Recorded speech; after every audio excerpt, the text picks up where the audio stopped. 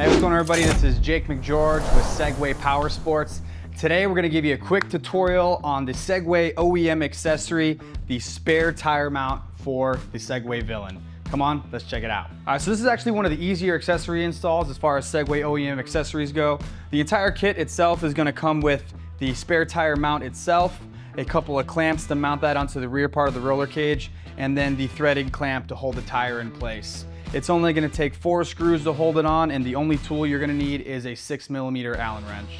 So first step in this process is to just slide the spare tire mount into its position on the rear part of the roll cage. You're going to want to slide it in a little bit crooked so you can stay under the K-Man suspension reservoirs here.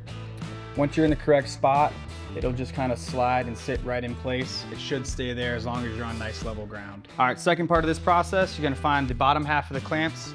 You're going to slide them onto the cage, and then to get things started, you'll grab your grab the 4 provided screws and go ahead and get them finger tight. Once you've got one side tightened up, you want to leave it a little bit loose so you have a little bit of play on the mount itself.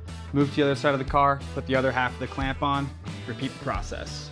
So we've got our 4 retaining screws tightened on both the clamps on both the passenger and driver side.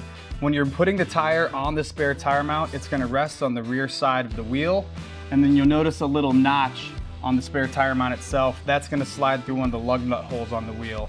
When you are using the OEM spare tire mount, you will have to remove the hubcap on the wheel. Just throw that in your glove box or something and keep that handy for if you do get a flat. Last step is to use the retaining clamp for the top of the wheel.